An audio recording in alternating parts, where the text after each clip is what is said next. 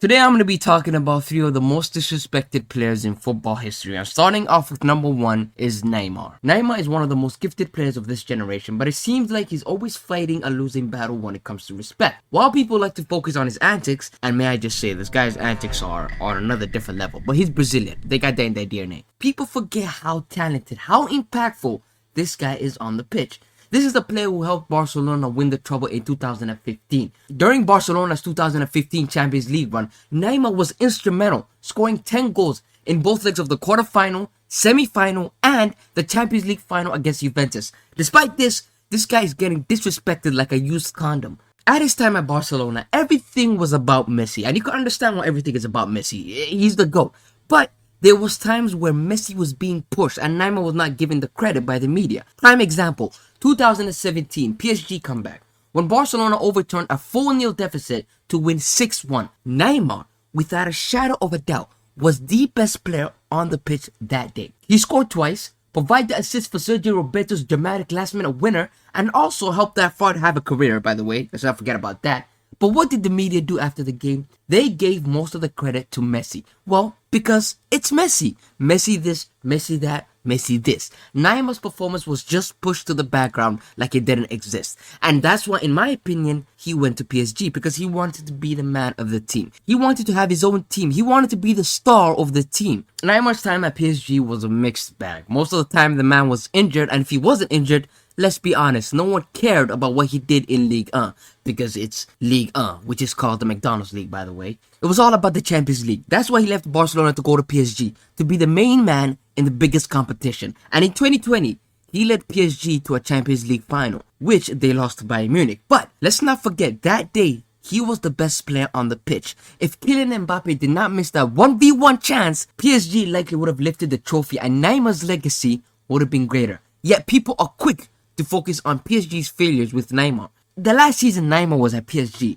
I was hearing, oh, Neymar does not know how to defend with his team. PSG's greatest ever player didn't miss that 1v1. PSG would have had a Champions League. That's all I'm saying. Now let's talk about Brazil, the failed footballing nation. Neymar's influence on the national team is undeniable. Without him, Brazil looked lost. They looked like Leeds United. No joke, I'm not even joking. This past summer in the Copa America just showed how important Neymar is to Brazil. Vinicius Jr., the man that's supposed to take over the throne after Neymar, the man that's next up. This man has only scored 5 goals for Brazil. Every time that man puts on a Brazil shirt, he struggles. I don't know what it is about the shirt, but for some reason, Vinicius Jr. does not look good playing in yellow. He can't lead Brazil the way Neymar led Brazil. Neymar's importance to Brazil is undeniable. Without Neymar, Brazil lacked creativity. They lacked the cutting edge.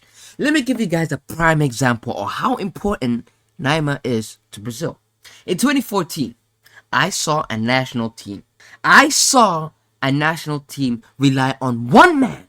I have never seen a man carry a national team on his back the way Neymar did in 2014 World Cup. That was some NBA shit. Neymar gets injured, what happens? They lose 7-1 at home to Germany. That just shows how important this guy is to the national team. Without him, look at them right now. Just look at them. They all look English. They don't look Brazilian. They look Ecuadorian. Trash. And the disrespect doesn't stop there. The media has to get in the action. ESPN recently ranked Neymar 20th in their best footballers of the century. Now, let's look at the list, shall we? Let's look at the list together. Messi number 1, okay. Ronaldo number 2, alright. Henry number 3, okay. Zidane, okay. Kylian Mbappe. We could disagree to agree. But let's just move on, alright, shall we? Iniesta, okay. Xavi, okay. Ronaldo, okay. Ronaldinho, okay. Zlatan. What has this man achieved in football? What has this man achieved in football that Neymar has not achieved?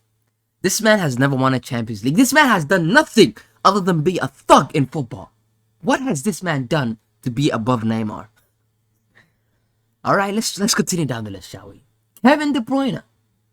Toni Kroos. Wow, alright. Sergio Ramos. Okay. Puyol. Okay. Benzema. This is recency bias at its finest. Benzema is not better than Neymar. Stop it.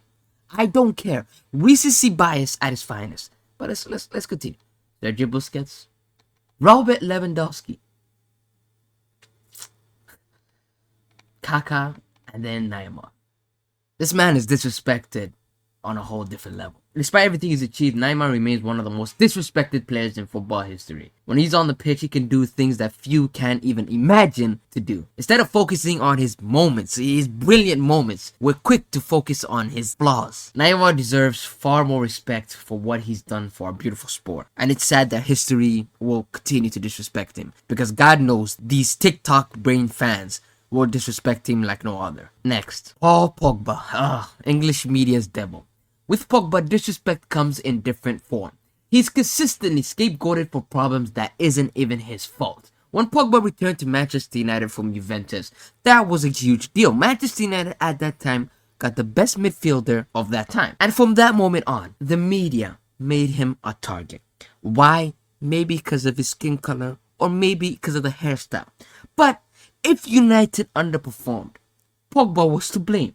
If the team lacked creativity, it was because Pogba wasn't living up to the expectations. But let's be real for a sec. Pogba has always been a victim of circumstance. How can a player shine when the system around him consistently changes and the team lacks direction? How could Pogba shine when he had a DM like Fred? When he had a DM like Scott McTominay?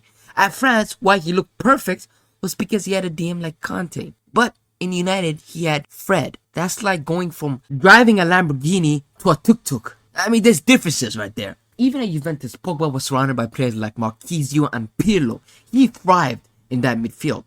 But at United, this man had to shoulder the burden of being the creative guy and the defensive guy. They did not know his natural position. His natural position, in my opinion, is the number 8. But at United, this man barely played the number 8. They never knew how to use Pogba. At times, he was playing as a DM. At times, he was playing in the right wing. That's how much United did not know how to use this guy. The most frustrating thing about the disrespect Pogba faces is how people talk about his off-the-pitch personality, more than his actual game, by the way. Here's a clip of Ryan Giggs going at him. Can't really discuss any Manchester United performance at the moment, it would seem, without mentioning Paul Pogba, whether he's playing or not. First of all, before the game, on social media, he produced this post from a vehicle with that picture, with the message, rather cryptically, best way to start 2020. Now, first of all, Ryan, given your upbringing and Manchester United's tradition and history, what's your initial reaction when you see that? Well, I'd have to disagree. I think the best way to start 2020 would be on that pitch at the Emirates.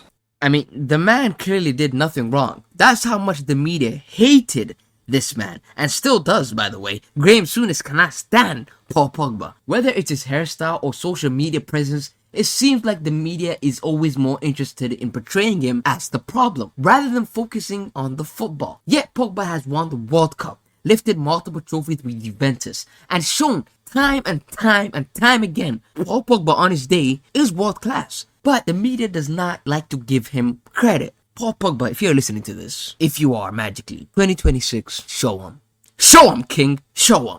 The last player we need to talk about is Mo Salah. Mohamed Salah's disrespect is perhaps the most baffling one out of all. With Neymar, you could say he didn't win anything with his nation. With Paul Pogba, you could say the man is inconsistent. I don't know how you could disrespect this man. Here's a player who's broken scoring records, won the Champions League for Liverpool, delivered a Premier League title to Liverpool after a 30-year drought. Yet, the same questions are being asked. Oh, this man is a tapping merchant. Oh, Hazard is better than this man. Oh, one season merchant. Oh, same questions every single time. How is that even possible?